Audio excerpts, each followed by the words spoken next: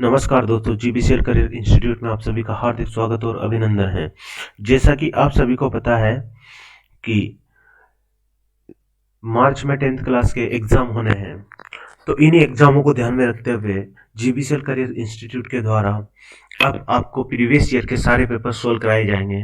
तो मैथ्स के जितने भी प्रीवियस ईयर के पेपर आए हुए हैं उन सबका सॉल्यूशन आपको इसी प्लेटफॉर्म पे प्रोवाइड किया जाएगा। तो दोस्तों, चैनल को सब्सक्राइब कर लीजिए और वीडियो को लाइक कर दीजिए और आपके सभी फ्रेंड सर्किल में ये वीडियोस सर्कुलेट कर दीजिए और बता दीजिए कि जीबीसीएल करियर इंस्टीट्यूट के द्वारा अब लास्ट ईयर के पेपर का सॉल्यूशन भी प्रोवाइड किया जा रहा है।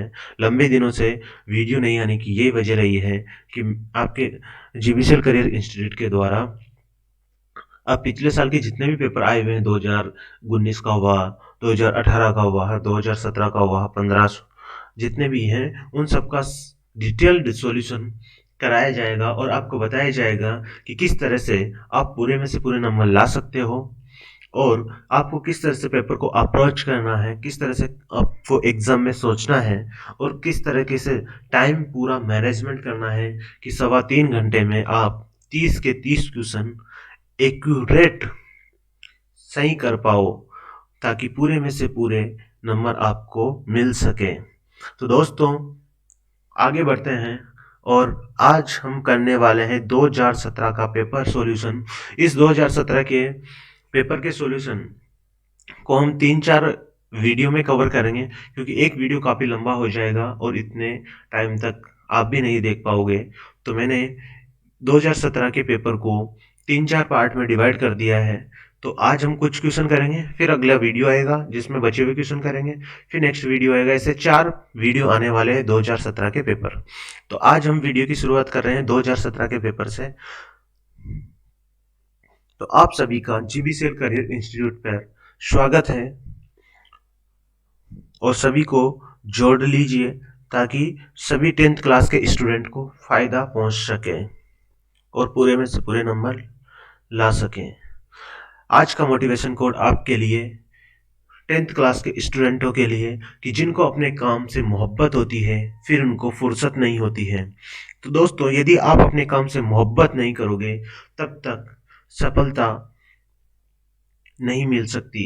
यदि आप अपने काम से मोहब्बत करने लग जाओगे, आप दिन रात मेहनत करोगे, हार्ड वर्क करोगे, कठिन परिश्रम करोगे, तो निश्चित ही सफलता आपको मिलेगी और जितनी आपने मनचाही परसेंटेज बनाने की सोची है वो आपके मार्कशीट में निश्चित आपको मिलने वाली है। तो दोस्तों, अपनी ताकत को, अपना हार्ड वर्क को अपनी ताकत बनाओ और मेहनत से अपनी पढ़ाई पे लग जाओ क्योंकि ये वो टाइम है जिसमें यदि आपने पढ़ाई से मुंह मोड़ लिया तो फिर कुछ नहीं हो सकता है। तो इस टाइम को आपको बहुत अच्छी तरीके से यूटिलाइज करना है और मेहनत करना है ताकि जो जितनी परसेंटेज बनाने की आपने सोची है वो आप बना पाओ। तो ये इस स्लाइड में बताया गया है कि जैसे जितने भी आपके चैप्टर थे उन चैप्टरों का कितना, कौन सा चैप्टर कितने मार्क्स का है। जैसे पहला चैप्टर 4 मार्क्स का है, दूसरा चैप्टर बहुपद है ये 5 मार्क्स का है और इस तरह से जितने भी चैप्टर हैं उन सब के मार्क्स यहाँ पे बताए गए हैं।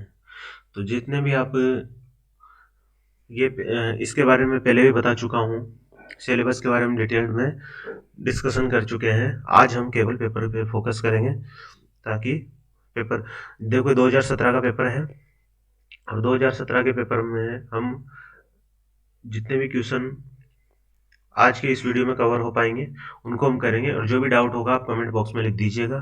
तो ये पूरा का पूरा पेपर 3.25 घंटे का होगा, यानी 3 घंटे 15 मिनट का पेपर होने वाला है और 80 मार्क्स का होगा।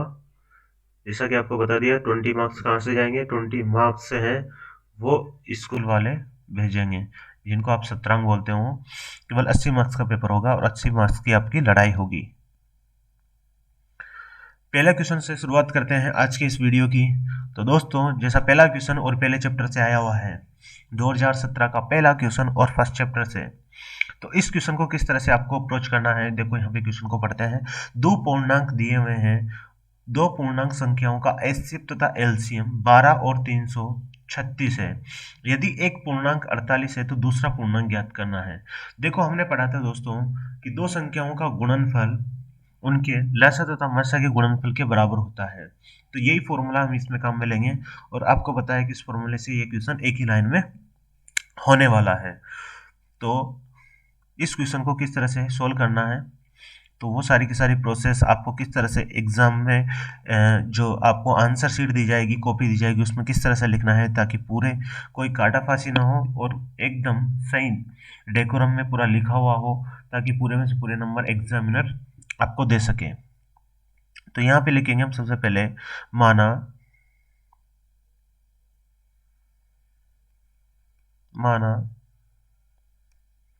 एक पूर्णांक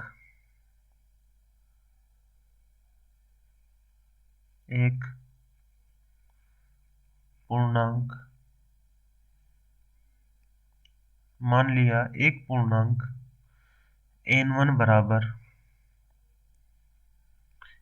बराबर 48 मान लेते हैं, तथा दूसरा पूर्णांक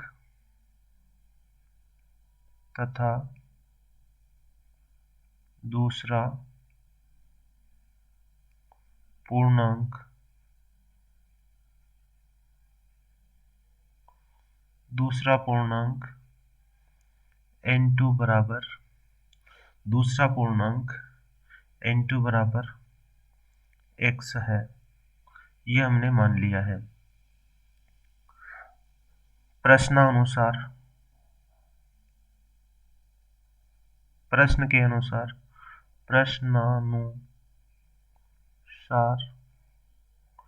प्रश्नानुसार हमें क्या करना है, प्रश्नानुसार n1 गुणा n2 बराबर क्या सूत्र दिया हुआ था, HCF इंटू LCM। देखो ये क्वेश्चन 1 मार्क्स का है, इसलिए इसमें आपको ज़्यादा टाइम स्पेंड नहीं करना है और वैल्यू तुरंत पुट करनी है। तो 48 गुणा x इक्वस टू 12 गुणा 336। आपको बिल्कुल भी ज़्यादा टाइम स्पेंड नहीं करना है। 12 से कट जाएगा 4 बार, 12 चौको 48, और इस 4 से कट जाएगा, कितनी बार कट जाएगा, 8 चौको 32 और 4 चौको 16। तो यहाँ से x का मान कितना आ गया है, x का मान आ गया है 84। तो आप आंसर लगा लिख दीजिए, मैं यहाँ पे लिख रहा हूँ, आपको उसके नीचे लिखना है। तो आंसर बराबर क्या हो जाएगा, आंसर बराबर हो जाएगा दूसरा पूर्णांक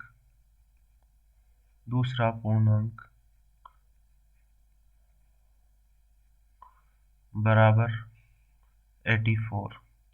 तो दूसरा पूर्णांक आ चुका है 84। आपको इतना ही सॉल्यूशन करना है क्योंकि मार्क्स इसका 1 नंबर है। 1 नंबर में आपको ज़्यादा कुछ नहीं लिखना है। दूसरा क्वेश्चन देखो, ये समांतर श्रेणी से क्वेश्चन आ चुका है और समांतर श्रेणी से क्वेश्चन आ चुका है तो आपको पता है कि ये क्वेश्चन कम नंबर का है, तो हम डायरेक्ट इसमें फॉर्मूला लगाएंगे। समांतर श्रेणी के n पदों के योगफल का सूत्र यहाँ पे लिख दीजिए। समांतर श्रेणी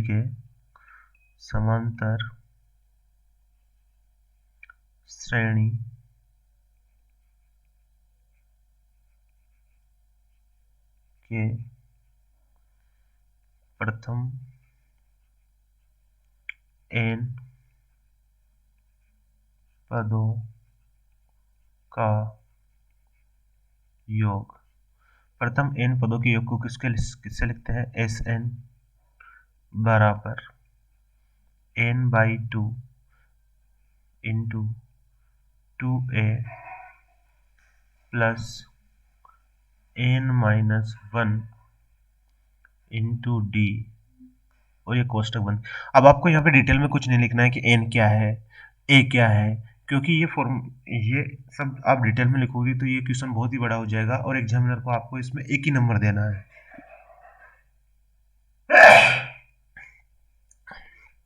जब एक ही नंबर देना है और एग्जामिनर को सब पता है तो आपको इसमें सीधा सीधा लिखना है, वैल्यू पुट करनी है। और वैल्यू किस तरह से पुट करनी है, तो n की वैल्यू आती है 20, क्योंकि कितने पदों का निकालना है 20। आपको पता है n की वैल्यू कितनी है 20, क्योंकि जितने पद निकालने हैं वो आपको सबको पता होना चाहिए।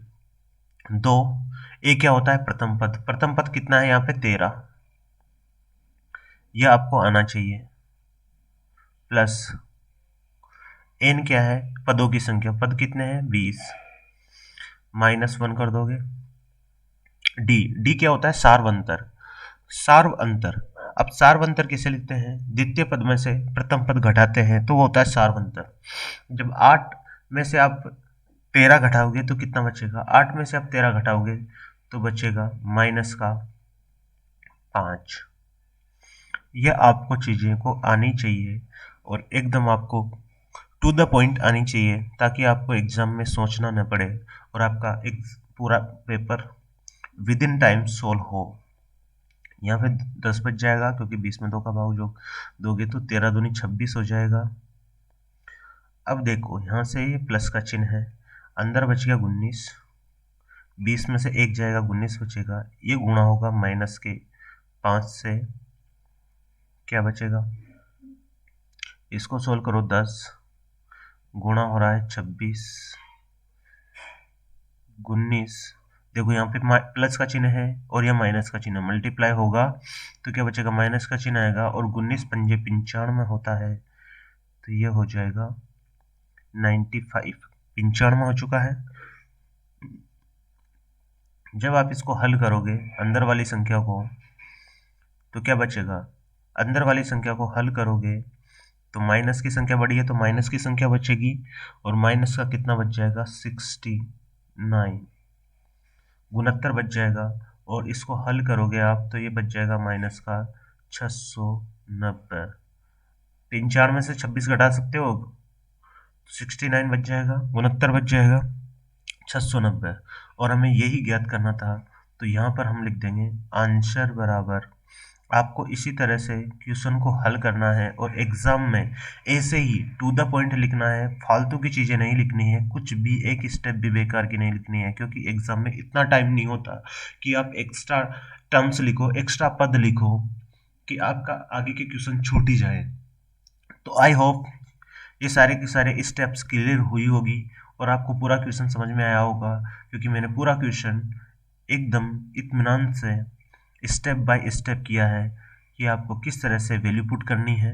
और इस तरह से नहीं लिखना है कि ए की वैल्यू क्या है, एग्जामिनर को सब पता है, क्योंकि एक ही नंबर का क्वेश्चन है और एक नंबर के क्वेश्चन में आप सब इतना कुछ लिखने लग जाओगे तो फिर कोई मतलब वाली बात नहीं, क्योंकि जो बड़े क्वेश्चन हैं जिनको आपको टाइम देना चाहिए वो सारे के सारे क्वेश्चन छूट जाएंगे। तो ये क्वेश्चन आपको अच्छी तरह समझ में आया होगा, यदि नहीं आया है तो कमेंट बॉक्स में लिखिए, कोई डाउट हो तो। नेक्स्ट क्वेश्चन की तरफ बढ़ते हैं, क्वेश्चन नंबर 3। क्वेश्चन नंबर 3 को पढ़िए, यदि कोसेक ए बराबर 17/8 हो तो टेन ए का मान परिकलित करना है। ये क्वेश्चन आया त्रिकोणमिति वाले चैप्टर से। अब देखो मैं यहाँ से आपको बताता हूँ, आपने सारे क्वेश्चन त्रिकोणमिति के जितने भी त्रिकोणमिति अनुपात हैं वो सारे के सारे आपने किए होंगे, तो मैं केवल इसी को फोकस करूंगा कि कोसेक ए, कोसेक ए जैसे आपको एग्जाम में सोल्व करना है, मैं सेम वैसे के वैसे सोल्व कराऊंगा, आपको सीधा एग्जाम में ऐसे कैसे ही टाइप करना है। कोसेक ए बराबर क्या है, कोसेक ए क्या होता है देखो हमें पता है कि कोसेक होता है ये साइन का उल्टा होता है, और साइन होता है लाल बटा कक्का से आप सोल्व करोगे तो लंब बटा कर्ण होता है, तो ये क्या हो जाएगा कर्ण बटा लंब होगा, कर्ण बटा लंब होगा। देखो मैं आपको हिंट इधर दे रहा हूं, ये आपको एग्जाम में कतई नहीं लिखना है, बिल्कुल ही नहीं लिखना है। लाल बटा कक्का से आपने त्रिकोणमितीय अनुपात याद किए होंगे,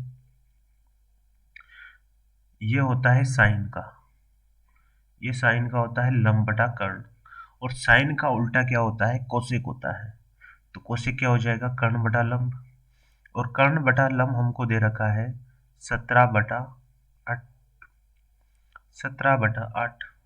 अब यहाँ से आप त्रिकोणमितीय ट्रायंगल बना लीजिए। एक आपको बहुत ही फास्ट करना है और एकदम इत्मीनान से करना है। तो यहाँ पे कर्ण की वैल्यू आ चुकी है 17, लंब की वैल्यू आ चुकी है 8। तो आप पाइथागोरस प्रमेय लगा के आधार की वैल्यू निकाल सकते हो, या फिर आपने कहीं त्रिकोणमितीय जिनको त्रिकोणमितीय त्रिक बोलते हैं वो आपको याद भी होने चाहिए। जैसे मैं बता दूं कि 8, 15 और 17 का कॉम्बिनेशन होता है। इसी तरह 3, 4, 5 का कॉम्बिनेशन होता है। या याद भी नहीं हो तो आप इनको निकाल सकते हो। यहाँ से कैसे निकालोगे?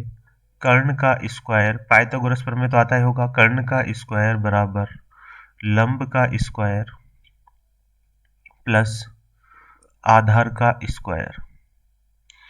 अब यहां से आप कर्ण का स्क्वायर करोगे, 17 का स्क्वायर कर दोगे, लंब 8 दे रखा है, 8 का स्क्वायर कर दोगे, और लंब आधार का स्क्वायर हमें ज्ञात करना है। तो 17 का स्क्वायर कितना होता है? 17 का स्क्वायर होता है 2, 8, 9 और यहां से हो जाएगा ये 64 प्लस आधार का स्क्वायर। तो आधार का स्क्वायर कितना आ जाएगा? पक्षांतरण करोगे, आधार का स्क्वायर देखो 64 जाएगा 289 में से, तो यहां से बच जाएगा 225, 225। तो आधार कितना आ चुका है? यदि इसका वर्गमूल लोगे तो 15 आ जाएगा। 15 का वर्ग कितना होता है? 225 होता है। अब हमको निकालना क्या है? हमें निकालनी है 10 की वैल्यू। 10a, 10a बराबर क्या होगा? लाल बटा कक्का लगाओगे तो साइन कोस 10, लंब बटा आधार होगा, लंब बटा आधार होगा। लंब कितना है?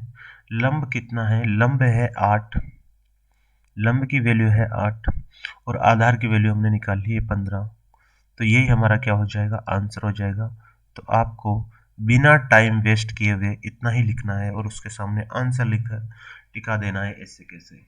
तो ये क्वेश्चन पूरी तरह समझ में आया होगा। यदि आपको यहाँ से ये पूरी चीजें यदि आप रफ में करना चाहो, ये आपको पहले से याद हो, तो आप सीधा क्या कर सकते हो? ये लिख सकते हो 10 बराबर, क्योंकि 1 नंबर का क्वेश्चन है, 1 लाइन में आंसर देना होता है।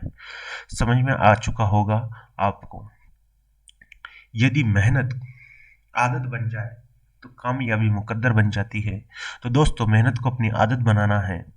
यदि आपको कामयाबी आपके पैरों तले हो, अगर कामयाबी को आपको पैरों तले लाना है तो मेहनत को अपनी आदत बनाना ही होगा। क्वेश्चन नंबर 4 की ओर चलते हैं। ये भी त्रिकोणमिति से है। त्रिकोणमिति के लगातार 2 क्वेश्चन आ चुके हैं। एक ही त्रिकोणमिति अनुपात साइन ए को कोट ए के पदों में लिखना है। देखो, आपने त्रिकोणमिति सर्वसर्मिका पढ़ी होगी, और त्रिकोणमिति सर्वसर्मिका जब आपने त्रिकोणमिति का चैप्टर पढ़ा होगा उस समय पढ़ी होगी। तो आप क्या लिख सकते हो? साइन ए को,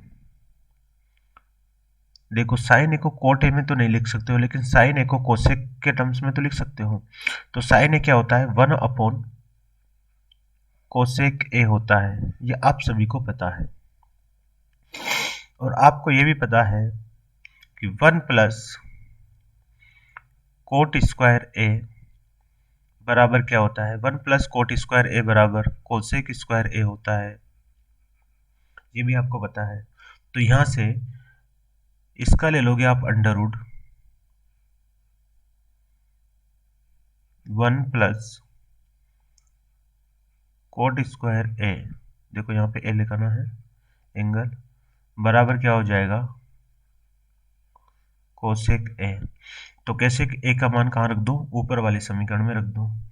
तो यहां से साइन ए बराबर क्या आ चुका है? साइन ए बराबर आ चुका है 1 upon under root 1 plus cot square A. यही इस क्वेश्चन का आंसर है। इससे ज्यादा आपको एक भी पद नहीं लिखना है और बिल्कुल भी टाइम वेस्ट नहीं करना है। तो दोस्तों यहाँ तक समझ में आ चुका होगा, क्योंकि ये पूरी की पूरी सर्वसर्मिका है। 1 + cot square A equals to cosec square A, यह सर्वसर्मिका होती है। और इसका जब कोसेक स्क्वायर ए का आप अंडर रूट लोगे तो क्या बचेगा, कोसेक ए और कोसेक ए, तो इस साइड भी क्या आ जाएगा, अंडर रूट आ जाएगा। बढ़ते हैं नेक्स्ट क्वेश्चन की तरफ। Question number 5। क्वेश्चन नंबर 5 क्या कह रहा है, यह समरूप त्रिभुजों का जो चैप्टर है वहां से क्वेश्चन आया हुआ है और एकदम एक लाइन का सवाल है। दो समरूप त्रिभुजों की संगत माध्यिकाओं का अनुपात दे रखा है। माध्यिकाओं का अनुपात दे रखा है, ध्यान रखना है 9 और 16, तो इनके क्षेत्रफलों का अनुपात है। आपने समरूप त्रिभुजों की परिमेय पढ़ी होगी, प्रमेय पढ़ी होगी। वो प्रमेय क्या है कि समरूप त्रिभुजों में प्रमेय लिख रहा हूं यहां पे, समरूप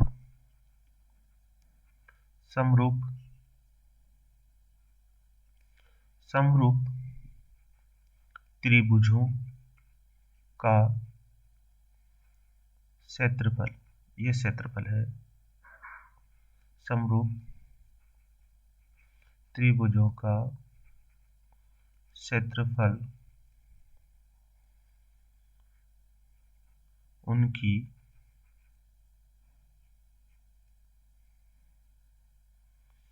माध्यिकाओं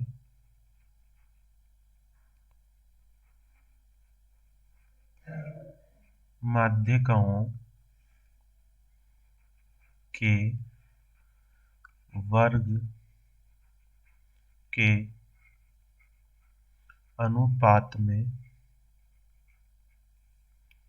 वर्ग के अनुपात में होता है। यहां से आपको समझ में आ चुका होगा कि मान लो एक त्रिभुज है जिसका क्षेत्रफल डेल्टा 1 है और दूसरा त्रिभुज है जिसका क्षेत्रफल डेल्टा 2 है, तो इनका जो क्षेत्रफल होगा वह हो जाएगा माध्यिका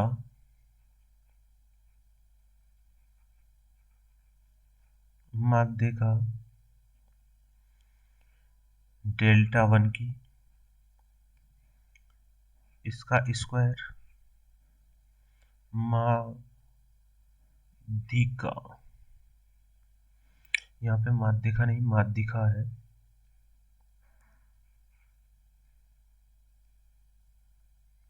माध्यिका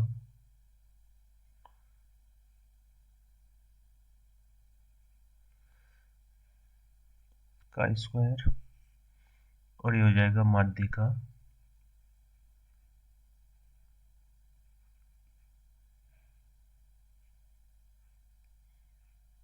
डेल्टा 2 का स्क्वायर। इसका मतलब हो गया डेल्टा 1 अपॉन डेल्टा 2 बराबर, पहली माध्यिका है 9 और दूसरे की है 16, इन सब का स्क्वायर करना है। तो यहां से आ जाएगा ये 81 अपॉन इस माध्यिका का स्क्वायर करोगे तो आपको पता है 16 का स्क्वायर कितना हो जाएगा, 256, 256। तो यहां से लिख दोगे आंसर, या तो आप यहीं पे छोड़ दो अगर टाइम नहीं है तो यहां से लिख दीजिए क्षेत्रफलों का अनुपात, क्षेत्रफलों का अनुपात, क्षेत्रफलों का अनुपात कितना आ जाएगा, 81:256, यही आंसर है। तो ये क्वेश्चन में करना था। ये क्वेश्चन केवल एक लाइन का था, यदि आपको सारे की सारी चीज़ें समझ में आती है तो, क्योंकि ये ऊपर अपने लिखा है केवल फॉर्मूला था जो आपको पहले से पता होगा, यदि नहीं पता है तो यहाँ से पता चल गया होगा। नेक्स्ट क्वेश्चन की ओर बढ़ते हैं। एक बिंदु Q से एक वृत्त पर स्पर्श रेखा की लंबाई 15 तथा Q की केंद्र से दूरी 17 सेंटीमीटर है, तो वृत्त की त्रिज्या निकालनी है। देखो आपने वृत्त पर स्पर्श रेखा खींची होगी और वृत्त पर स्पर्श रेखा खींचते हैं तो स्पर्श रेखा और त्रिज्या के बीच में कितने डिग्री का कोण बनता है ये भी आपको पता होगा। तो यही कंसेप्ट यहाँ पे काम में आने वाला है और इसी कंसेप्ट के हम इस सवाल को करने वाले हैं। तो देखो यहाँ से एक वर्त है, ये वर्त बना लिया है,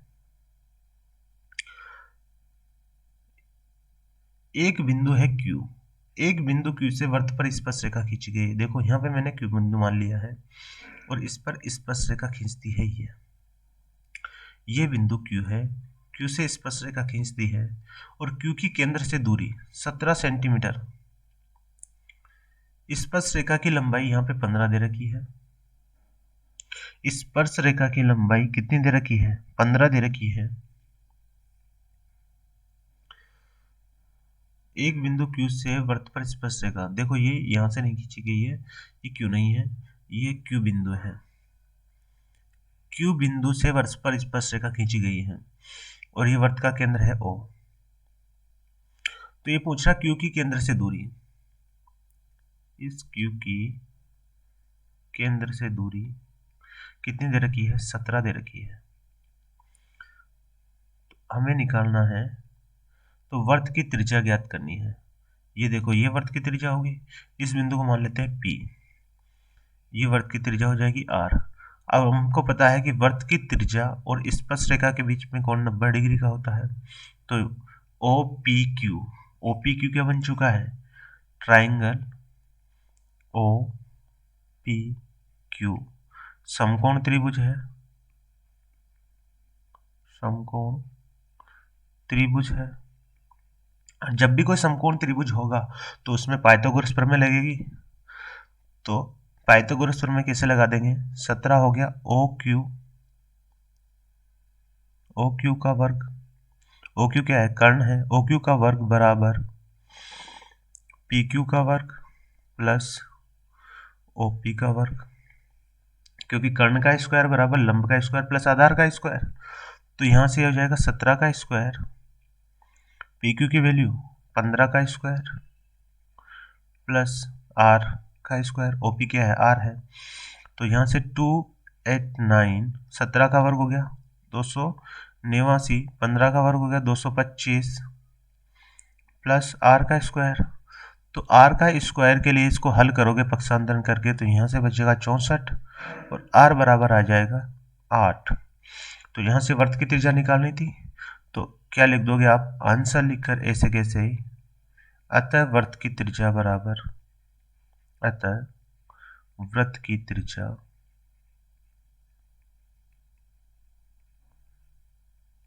8 सेंटीमीटर। देखो ये यूनिट जरूर लिखनी है, ये गलती नहीं करनी है, यूनिट जरूर लिखनी है, क्योंकि जो भी दूरी नापी जाएगी उसकी कोई ना कोई इकाई होगी, सेंटीमीटर होगा, मीटर होगा, ये आपको लिखना है। एग्जामिनर यहाँ पे नंबर काट सकता है, तो आप गलती कहाँ कर सकते हो कि भाई आपने लिख दिया आंसर सीधा 8। अब 8 क्या है, 8 सेंटीमीटर है, मीटर है, किलोमीटर है, क्या है। तो एग्जामिनर इस एक नंबर में से भी नंबर काट सकता है। आप किसने सारी मेहनत की है, पूरा क्वेश्चन सोल्व किया है, बट एग्जामिनर यहाँ पे नंबर काट सकता है। मैथ्स में सबसे ज्यादा फोकस करना है यूनिट पर, इकाई इकाई जरूर लिखनी है। क्वेश्चन नंबर 7, 5 सेंटीमीटर त्रिज्या के एक वृत्त पर दो स्पर्श रेखाएं खींची जो परस्पर 70 डिग्री के कोण पर झुकी हुई है। हमें पता है कि बाह्य बिंदु से वृत्त पर अधिकतम दो स्पर्श रेखाएं खींची जा सकती है। किसी भी बाह्य बिंदु से वृत्त पर अधिकतम दो स्पर्श रेखाएं खींची जा सकती है, और दो स्पर्श रेखाओं की कंडीशन भी हमको पता है। तो इस क्वेश्चन को हम वैसे ही आसानी से कर सकते हैं। जैसे 5 सेंटीमीटर त्रिज्या का आप प्रकार की सहायता से क्या बना दो, स्केल वो बना दो, वृत्त बना दो। अब हमने कोई बिंदु ले लिया है यहाँ पे, और इससे इस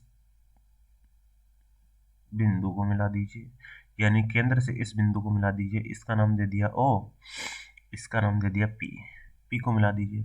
अब आप 35 डिग्री ऊपर कोण नाप लीजिए प्रकार से, और 35 डिग्री नीचे नाप लीजिए। क्या करना है, 35 डिग्री ऊपर कोण नापना है और 35 डिग्री नीचे नाप लेना है, और आप इसको टच करते हुए फिर 35 डिग्री पे लाइन खींचोगे, तो इस तरह से आपकी स्पर्श रेखा बन जाएगी। तो इन दोनों के बीच जो कोण आएगा वो कितना आएगा, देखो यहाँ पे सही तरीके से नहीं बन पाया है, लेकिन आप समझ चुके होंगे कि आपको किस तरह से इसको सोल्व करना है।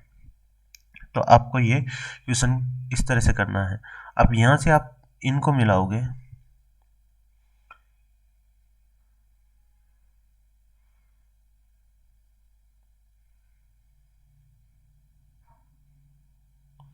तो ये इस तरह से त्रिज्या बनेगी जिसकी लंबाई ये 5 सेंटीमीटर रहेगी, ये त्रिज्या की लंबाई 5 सेंटीमीटर, और यहाँ पे जो कोण बनेगा स्पर्श रेखा और त्रिज्या के बीच में हमेशा जो कोण बनता है वो कितना होता है, वह होता है 90 डिग्री का। और इनके बिंदु के नाम दे दीजिए ए और ये बी।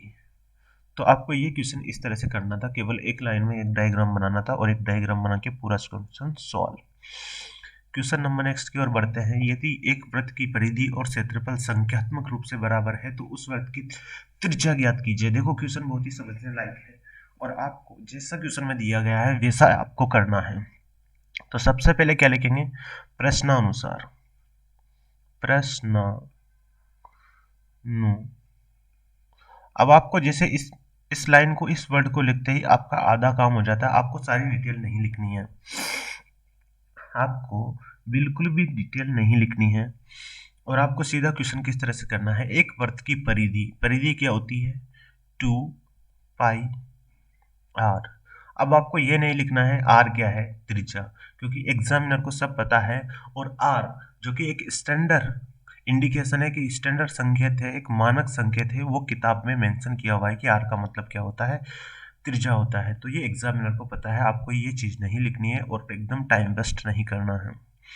और क्षेत्रफल, क्षेत्रफल को किससे लिखते हैं, वृत्त का क्षेत्रफल पाई आर स्क्वायर, ये बराबर दे रखे हैं। तो यहाँ से हम क्वेश्चन सोल्व करेंगे और आर की वैल्यू निकालने की कोशिश करेंगे। देखो पाई से पाई कट जाएगा, एक आर से एक आर कट जाएगा, तो यहाँ से आर का मान कितना निकल के आया है, आर का मान क्या निकल के आया है, आर का मान निकल के आया है 2। तो आर का मान क्या निकल के आ चुका है यहाँ से 2।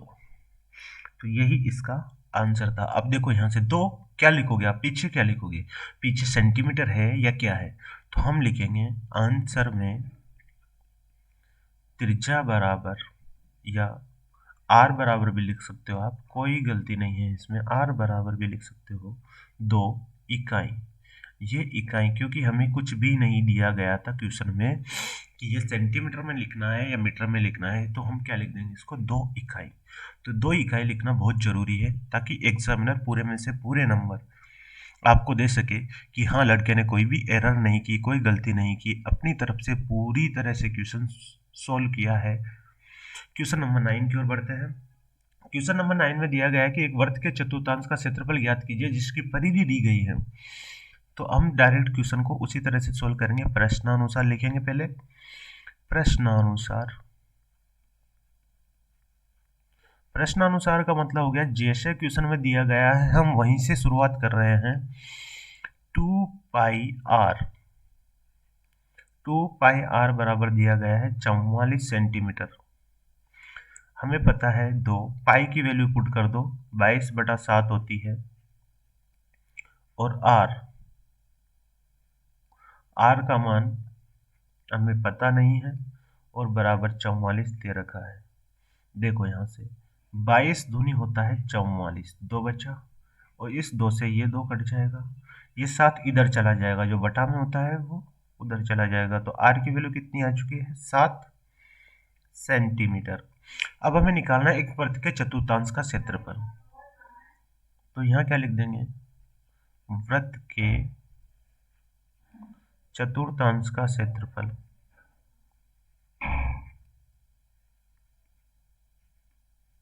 वृत्त के चतुर्थांश का क्षेत्रफल, वृत्त के चतुर्थांश का क्षेत्रफल। देखो वर्त का क्षेत्रफल क्या है, वर्त का क्षेत्रफल है पाई आर स्क्वायर। अब इसका चतुर्थांश का, चतुर्थांश का मतलब हो गया 1/4, तो 1/4 इंटू पाई आर स्क्वायर, ये वर्त के चतुर्थांश का क्षेत्रफल हो जाएगा। वैल्यू रख दो इसमें, सभी के मान रख दो, 1/4 का 1/4, पाई का मान 22/7, और आर का मान आया है 7। तो 7 का स्क्वायर करूंगा तो 7 इंटू 7 लिख दें। यहाँ तक समझ में आया। अब देखो यहाँ तक समझ में आ चुका है तो आगे भी आ जाएगा। इस 7 से ये 7 कट जाएगा और ये कट जाएगा 2 से 2 बार, और ये कट जाएगा 2 से 11 बार। तो ऊपर क्या बच चुका है, देखो दोस्तों ऊपर बच चुका है, ये 11 बच चुका है और ये 7 बचा है, तो 11 7 77 तो ऊपर बच गया, 77 बच गया ऊपर, और नीचे केवल 2 बचा है। जब आप इसको भी आगे सोल्व करोगे, या तो आप ऐसे कैसे लिख दो, यदि आप इसको भी सोल्व करोगे तो इसको लिख सकते हो, देखो 7 में 2 का भाग दोगे तो 3 बार जाएगा, फिर 17 हो चुका है, 8 दूनी 16 और 0.5। अब देखो आपने क्षेत्रफल निकाला, तो क्षेत्रफल की जो इकाई होती है वो सेमी स्क्वायर या मीटर स्क्वायर होती है, तो यहाँ पे लिख दोगे सेमी स्क्वायर। अब मैं इसको यहाँ पे लिख रहा हूँ, आप नीचे लिख सकते हो लाइन में। तो आंसर बराबर क्या हो जाएगा, वर्त के चतुर्थांश का क्षेत्रफल, वर्त के चतुर्थांश का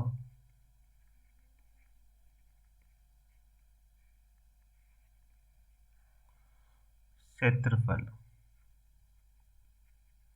वर्त के चतुर्थांश का क्षेत्रफल कितना हो जाएगा, 38.5 सेमी स्क्वायर। ये वर्त के चतुर्थांश का क्षेत्रफल आ चुका है। तो आपको इस तरह से क्वेश्चन को सोल्व करना है।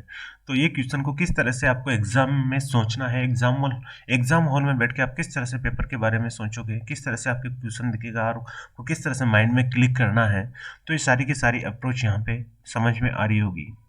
क्वेश्चन नंबर 10 की ओर पढ़ते हैं। यदि ई नहीं की प्रायिकता, देखो ये दे रखी है, तो P ऑफ E का मान ज्ञात करना है। प्रायिकता वाले चैप्टर में आप पढ़ चुके हैं कि किसको किस तरह से डिनोट किया जाता है। तो मैं सीधा करूंगा इसको सॉल्व प्रश्नानुसार। आप जैसे प्रश्नानुसार इसको हल करोगे तो क्या लिखा हुआ है कि P नहीं को क्या लिखोगे, E नहीं है, इसको क्या लिखोगे प्राय, इसको लिखते हैं इससे ऊपर बार लगा के 0.95। तो P ऑफ E ज्ञात करना है। P ऑफ E क्या हो जाएगा, P ऑफ E हो जाएगा 1 माइनस E नहीं, ये तो होगा, तो इसको वैल्यू को पुट कर दो यहाँ से। अब P ऑफ E नहीं की वैल्यू कितनी है, 0.95। एक में से 0.95 घटाओगे आप तो कितना बचने वाला है, कितना बचेगा, घटा के देखो 0.05 बचेगा। तो P ऑफ E की ये है, E की प्रायिकता आ जाएगी। तो यहाँ से आप आंसर लिख सकते हो कि P ऑफ E बराबर 0.05। ये क्वेश्चन समझ में आ चुका होगा। इसमें फॉर्मूला केवल यही है जो यहाँ पे नोट किया गया है, ये केवल फॉर्मूला है, आपको यही याद रखना है और इसमें वैल्यू पुट करनी है। ये क्वेश्चन इसमें एक ही लाइन में हो जाएगा। तो ये क्वेश्चन समझ में आया हो, प्रायिकता एकदम इजी है। क्वेश्चन नंबर 11 की ओर, बिंदुओं द्वारा बनने वाले चतुर्भुज का प्रकार ज्ञात करना है। देखो इन 4 बिंदु दिए गए हैं और इनसे किस तरह का चतुर्भुज बनेगा ये हमें ज्ञात करना है। तो इस क्वेश्चन में सबसे पहले हमें निकालनी है कि भुजाओं की लंबाई निकालनी पड़ेगी। देखो हम चतुर्भुज को पहचानेंगे कैसे, चतुर्भुज को पहचानने के बहुत सारे तरीके हैं। उनमें से पहला तरीका कौन सा है कि हमें चारों भुजाओं की लंबाई पता हो। तो लंबाई को देखकर हम बता सकते हैं कि इसकी चारों भुजाएं बराबर लंबाई की है, तो ये समचतुर्भुज हो सकता है, वर्ग भी हो सकता है। फिर निकालेंगे इसके कर्ण, विकर्ण निकालेंगे। अब विकर्ण निकालेंगे तो विकर्ण की यदि लंबाई बराबर है तो इससे ये पता चल सकता है कि ये आयत भी हो सकता है, वर्ग भी हो सकता है। तो यहाँ से हम जब भी हमें पॉइंट्स दे रखे हैं, शीर्षों के निर्देशांक दे रखे हैं, तो हम किस तरह से क्वेश्चन को सोल्व करेंगे चतुर्भुज के लिए। तो हम सबसे पहले उसकी भुजाओं की लंबाई निकालेंगे और फिर विकर्ण की लंबाई निकालेंगे। तो यहाँ से हम इस क्वेश्चन को स्टार्ट करते हैं सोल्व करना। पॉइंट्स लिख लेते हैं। माना देखो ये क्वेश्चन बड़ा है ज़्यादा मार्क्स का है, तो इसको थोड़ा ज़्यादा डिटेल में सोल्व करना है। क्वेश्चन भी बड़ा है तो ऑटोमेटिक ये डिटेल में हो जाएगा, तो आपको अपनी तरफ से कोई डिटेल नहीं बढ़ानी है वरना क्वेश्चन छूट जाएंगे। 4 5 7 6 4 3 1 2 चतुर्भुज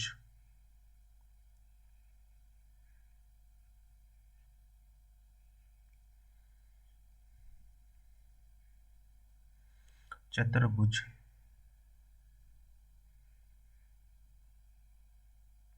यहाँ पे लिख दिए क्रमशः चतुर्भुज ए बी सी डी के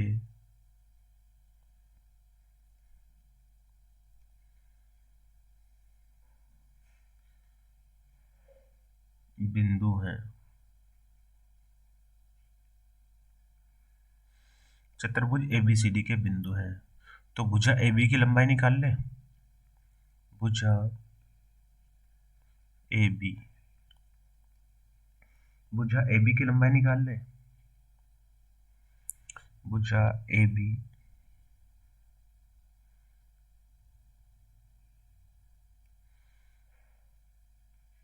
की लंबाई। अब आपने निर्देशांक ज्यामिति में पढ़ा होगा कि दो बिंदु दिए हुए हैं तो उनकी लंबाई किस तरह से निकालते हैं, वो फॉर्मूला आपको याद होगा। x1 x2 माइनस x1 का square plus y2 minus y1 का स्क्वायर, यही हम करेंगे। तो ये ए का निर्देशांक हो गया, ये बी का निर्देशांक हो गया। हमने क्या पे लिखा है, क्रमशः लिख दिया। तो ए का निर्देशांक ये हो गया 4 हो गया, बी का निर्देशांक ये हो गया। तो किस तरह से सोल्व करेंगे इसको, 7 माइनस 4 का स्क्वायर प्लस 6 माइनस 5 का स्क्वायर, इसको सोल्व करो। 7 में से 4 जाएगा तो 3 बचेगा, 3 का स्क्वायर करोगे तो 9 आएगा। 6 में से 5 जाएगा तो 1 बचेगा, 1 का स्क्वायर करोगे तो 1 आएगा। तो यहाँ से ये आ जाएगा, इसकी वैल्यू आ चुकी है √10। यहाँ तक आपको समझ में आ चुका होगा। इसी तरह से आप लंबाई निकाल लोगे BC की लंबाई निकालोगे तो वही तरीका है जो हमने AB की लंबाई निकालने में लिखा। तो C के कोऑर्डिनेट क्या हो जाएंगे, C बिंदु के निर्देशांक हो गए 4 और 3। तो 4 में से जाएगा 7 का स्क्वायर प्लस 3 में से जाएगा 6।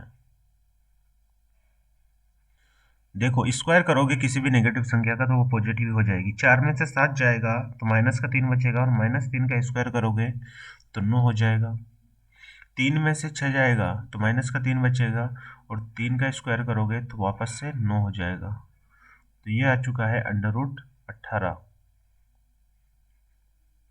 इसी तरह से BC C निकाल लो, BC AB BC CD निकालो, CD निकालो। CD की वैल्यू निकालोगे तो क्या आएगा, CD की लंबाई निकालोगे तो कितना आ जाएगा, C के निर्देशांक 4 3 और D के निर्देशांक 1 2।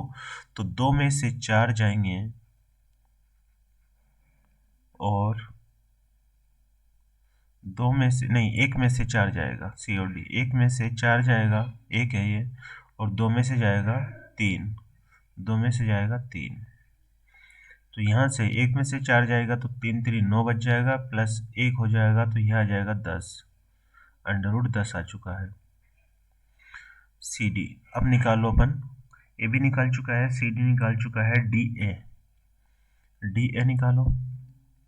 DA की लंबाई निकालोगे तो क्या आ जाएगा, DA की लंबाई निकालोगे तो D के निर्देशांक 1 2 और 4 5। तो यहाँ से 4 में से 1 जाएगा और 5 में से 2 जाएगा। तो यहाँ पे बचने वाले हैं दोनों जगह 3 का स्क्वायर करोगे तो 9 होने वाला है, और इसको सोल्व करोगे तो ये हो जाएगा 18। देखो यहाँ से ये पता चल गया कि दो भुजाओं की लंबाई यानी आमने सामने की भुजा की लंबाई तो बराबर आ चुकी है। आमने सामने की भुजा की लंबाई तो बराबर आ चुकी है। जैसे ये A हो चुका है, ये B हो चुका है, ये C है, ये D है। तो हमारे पास क्या आ गया, AB की लंबाई आई है √10, ये √10 आई है। इसी तरह BC की लंबाई आई √18, फिर इसकी लंबाई है √10 आई है, और फिर इसकी लंबाई आई है √18।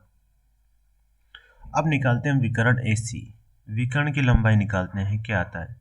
विकर्ण की लंबाई निकालो, AC की लंबाई निकालेंगे तो क्या आ जाएगा? विकर्ण AC की लंबाई, A के निर्देशांक है 4, 5 और C के निर्देशांक है 4, 3। तो 4 - 4 करोगे प्लस 5 - 3 करोगे तो कितना आने वाला है? देखो 4 में 4 जाएगा, 0 बचेगा और 2 दूनी 4 होने वाला है। तो इसका अंडर करोगे तो ये पूरा आ जाएगा 2। इसी तरह से दूसरा विकर्ण निकाल लो, BD। दूसरा विकर्ण निकालोगे तो क्या आएगा? BD। B और D के निर्देशांक क्या है? देखो B के निर्देशांक है 7 और 6, तो 7 और D के निर्देशांक है 1, 2, 7 - 1 का स्क्वायर प्लस D में है 6, तो 6 - 2 का स्क्वायर। तो यहाँ से क्या वैल्यू आने वाली है? देखो यहाँ से 36 हो जाएगा, क्योंकि 7 - 1 36 हो जाएगा। 6 बच रहा, 6 का स्क्वायर करोगे 36 और 4 चौको 16। तो यह कितना हो गया? 52। तो यहाँ से विकर्ण की लंबाई अलग अलग आ चुकी है और भुजाओं की लंबाई, आमने सामने की भुजाओं की लंबाई समान आ चुकी है। अतः यहाँ से क्या लिखना है आपको? अतः ABCD एक समांतर चतुर्भुज है। समांतर चतुर्भुज है। ये आ चुका है आपको अच्छी तरह समझ में, क्योंकि ये समांतर चतुर्भुज कैसे हुआ, इसमें आमने सामने की भुजाएं समान आ चुकी है और विकर्ण है वो बराबर नहीं है, इसलिए ये कैसा हो चुका है? समांतर चतुर्भुज हो चुका है।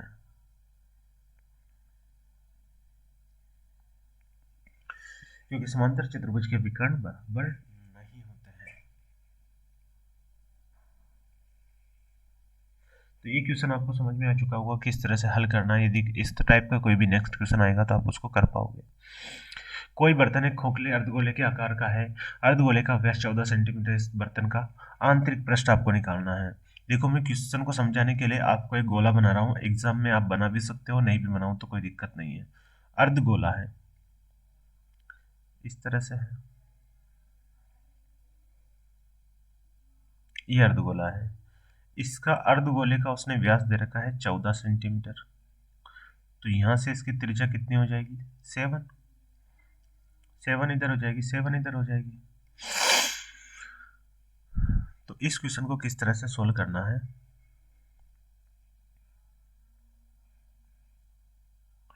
व्यास दे रखा है, व्यास D बराबर 14 सेंटीमीटर, तो R बराबर कितना हो जाएगा? 7 सेंटीमीटर। और आंतरिक पृष्ठ, बर्तन का आंतरिक पृष्ठ, तो आंतरिक पृष्ठ क्या हो जाएगा?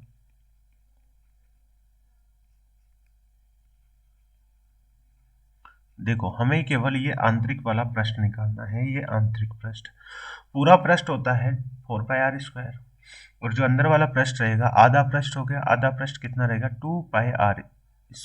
2πr²।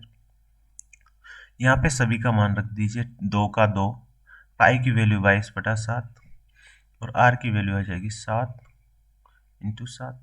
इस 7 से ये वाला 7 कट जाएगा। जब इसको आप हल करोगे तो देखो 2 और 22 44 हो जाएगा, और एक 7 से और मल्टीप्लाई हो जाएगा। तो 7 चौको 28, हासिल कर दो 7 चौको 28, 30 सेंटीमीटर स्क्वायर। ये इसका आंसर हो जाएगा।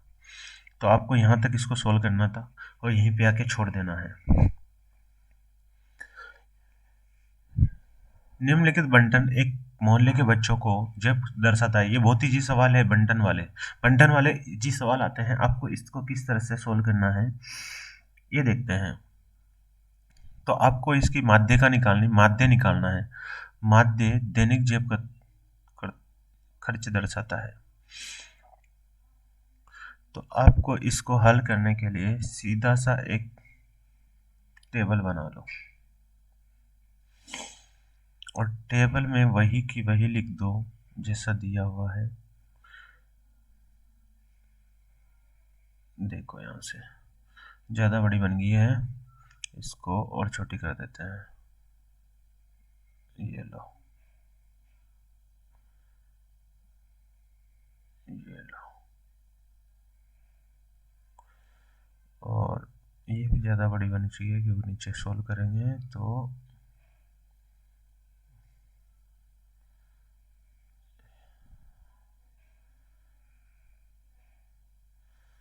इस टेबल को आप अच्छी तरह बना लीजिए। यहाँ पे लिख दीजिए पहला जो कॉलम है दैनिक जेब, दैनिक, देखो मैं यहाँ से मार्कर चेंज कर लेता हूँ,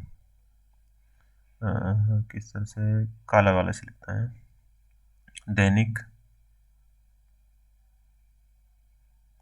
दैनिक जेब भत्ता, दैनिक जेब भत्ता किस में है, रुपए में है, रुपया लिख दिया।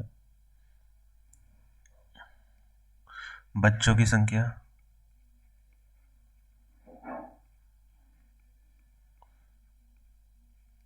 अब देखो कितने कॉलम है, 1 2 3 5 है, तो 1 2 3 4 और ये 5, उधर का वेस्ट है, बेकार है। तो यहाँ से 10 से 20 दिया हुआ है, 10 से 20 में, फिर 20 से 30, एक रेंज दी हुई है, प्रास दी हुई है, 30 से 40, 40 से 50 और ये 50 से 60। यहाँ पे क्या क्या दिया हुआ है, बच्चों की संख्या कितनी दी हुई है, 3 5 4 7 और 6। यहाँ पे अपन क्या निकालेंगे, मिड पॉइंट, मध्य बिंदु, मध्य बिंदु निकाल लो। मध्य बिंदु किससे लिखते हैं, एक्स आई, यह है एक्स आई। मध्य बिंदु किसका निकालेंगे, जो प्रास दी हुई है उसका मिड पॉइंट। तो 10 और 20 मिला के कितना होता है, 30 होता है। 10 और 20 मिला के कितना होता है, 30 होता है। 30 का आधा 15। उसी तरह से 20 और 30 मिला के 50 होता है, 50 का आधा 25। 30 और 40 मिला के 70 होता है, तो 70 का आधा 35। 40 और 90 में 50 मिला के 90 होता है, 90 का आधा 45। 50 और 60 मिला के 110 होता है, तो उसका आधा 55। ये आपने मिड पॉइंट निकाल लिया। अब मिड पॉइंट निकालते हैं, अब निकालते हैं बारंबारता, एफ आई इंटू एक्स आई। इसको कैसे निकालोगे, ये है बच्चों की संख्या, इसको लिखते हैं एफ आई से। तो इन दोनों को मल्टीप्लाई करना है, दोनों को गुणा करोगे 15 × 45, 25 और 5 को गुणा करोगे 25 × 5 = 125। 35 को 4 से गुणा करोगे तो 5 को 20, आंचल को दो 4 × 3 = 12 और 2 14, 140। 45 को 7 से गुणा करोगे तो 7 × 5 = 35, आंचल का 3, 7 × 6 = 28 और 3 × 31। 6 को 55 से गुणा करोगे, 6 × 5 = 30, आंचल का 3, 6 × 5 = 30 और 3 × 33। ये हो गया। अब हमें माध्य निकालना है, तो माध्य बराबर क्या होगा, माध्य का जो सूत्र है, एक्स बार से लिखते हैं इसको, इसका जो फॉर्मूला है वो है summation sigma F I x I upon summation sigma F I. तो देखो यहाँ से सभी को जोड़ना है। अब इन सभी को आप जोड़ोगे तो क्या वैल्यू आने वाली है, 45 भी जुड़ेगा, 125 भी जुड़ेगा। तो यहाँ पे जोड़ दो 45, 125, 140, 315 और प्लस 330।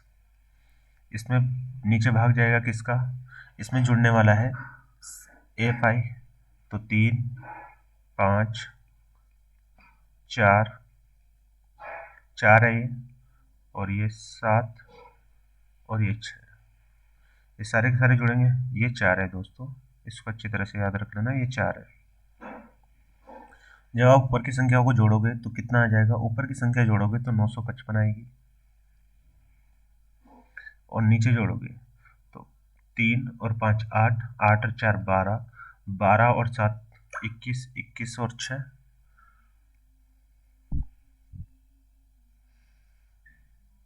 देखो यहाँ से 3 5 8, 8 और 4 12, 12 और 7 19, 19 और 6 25। जब इसको हल करोगे तो 25 का भाग 95 में दोगे तो 25 थी 75, बचा 20, 20 और 5 मिला के 205 हो जाएगा, 25 अट्टा 200 और बचा 5, 25 दूनी 50। तो ये इसका आंसर आने वाला है। आपको यहीं पे इसका आंसर लिख देना है विदाउट टाइम वेस्ट किए हुए। तो ये क्वेश्चन था, एकदम इजी था, कुछ भी नहीं करना था, एकदम इसको जमाना था एक टेबल में, और टेबल जमा के केवल जोड़ बाकी गुणा भाग था। तो ये वीडियो दोस्तों कैसा लगा, वीडियो देखने के लिए आप सभी का धन्यवाद, और नेक्स्ट वीडियो में मैं आपका इंतज़ार करूँगा। तब तक इस वीडियो को सभी को शेयर कर दीजिए और चैनल को सब्सक्राइब कर दीजिए। सो थैंक यू दोस्तों, और वीडियो को देखने के लिए